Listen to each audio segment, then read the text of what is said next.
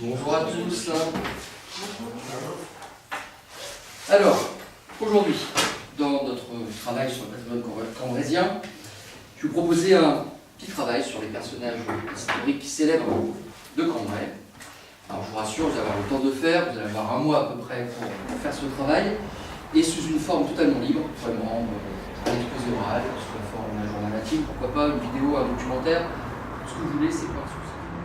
Allô? Oui. Ouais, là je sors de cours d'histoire du patrimoine. Alors laisse tomber, tu devineras jamais ce qu'on doit faire encore. On doit faire des recherches sur un personnage historique cambrésien. Alors déjà. Et devine sur qui on est tombé. Saint-Aubert. Antoine François Saint-Aubert. Bah oui, non mais moi non plus je connais pas. Hein. Donc j'ai pris rendez-vous avec une guide au musée de Cambrai. Et elle va me montrer certaines de ses œuvres normalement. Non mais t'inquiète pas, hein. Non mais de toute façon, enfin voilà, c'est pas grave, je vais travailler toute seule. Ouais. Ok, repose-toi bien, je viens de voir ce soir.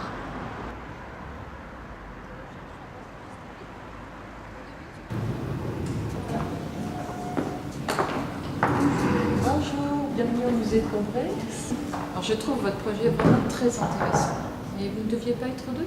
Oui, en fait je vais venir avec ma soeur, mais elle est souffrante, donc je viens seule. D'accord, mais j'espère qu'elle se remettra très vite. C'est gentil. Alors je vous propose de commencer la visite. D'accord. Vous me suivez? Oui. Alors voici le premier tableau de Saint-Aubert que je souhaitais vous présenter, qui présente un jour de Mardi Gras. En effet, Saint-Aubert aimait représenter des scènes de la vie quotidienne, ici, Mardi Gras.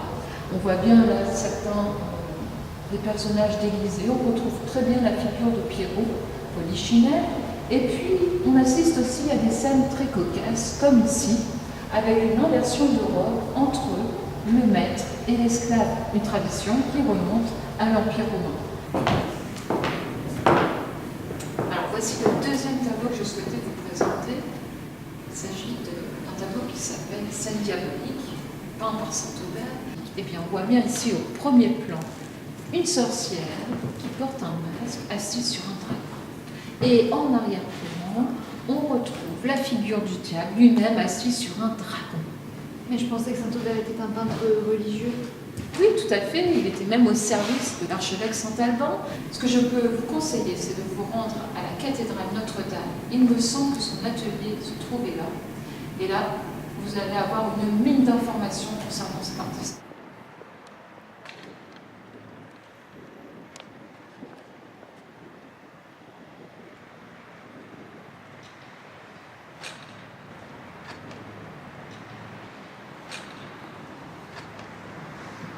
Allô?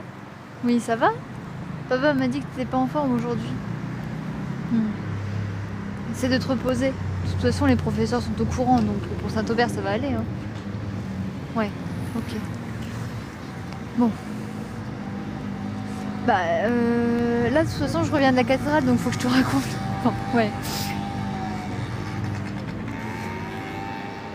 Bon, bah. Tu te souviens de ce que m'a dit la guide au musée? Saint-Aubert aurait occupé un atelier au sous-sol de la cathédrale. Donc, j'ai posé la question au guide. Il a fait semblant de ne pas m'entendre et il m'a montré le tombeau de Fénelon. Donc sur le moment, je m'en fichais un peu. J'ai insisté, mais je n'ai obtenu aucune réponse. Et à ce moment-là, en fait, j'ai vu une porte dérobée, petite, ancienne, en bois. Et quand je lui ai demandé où elle menait, il avait l'air vraiment très gêné. Et il m'a dit que les visiteurs avaient interdiction d'y accéder.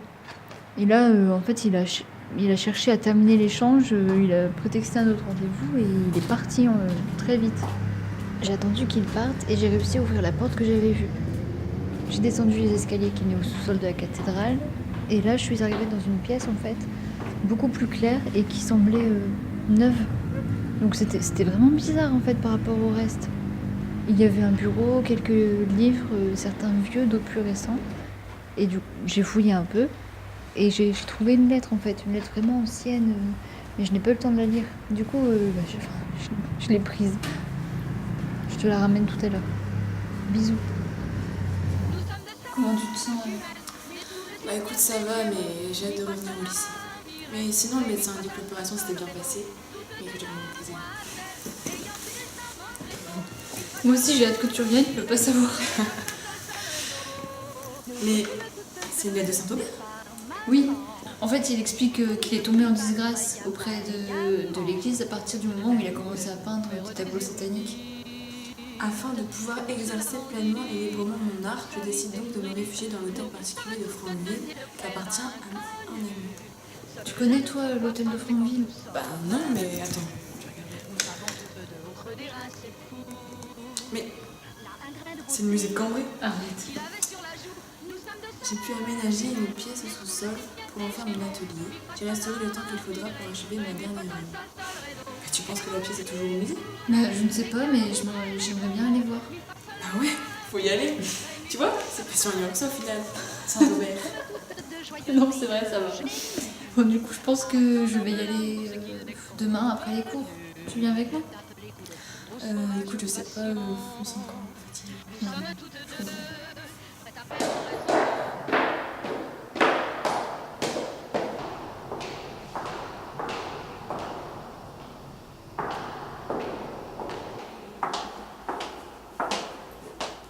Ah bien, il en a mis du temps pour me trouver.